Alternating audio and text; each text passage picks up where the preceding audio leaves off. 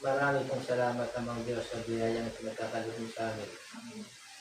Sana po pagpalain niyo ang araw na ito, si Erica na bibiwang ng kanyang 16 na kaarawan. Sana po ay maging mabuti siyang mananampalataya, maglilingkod sa iyo habang siya nabubuhay.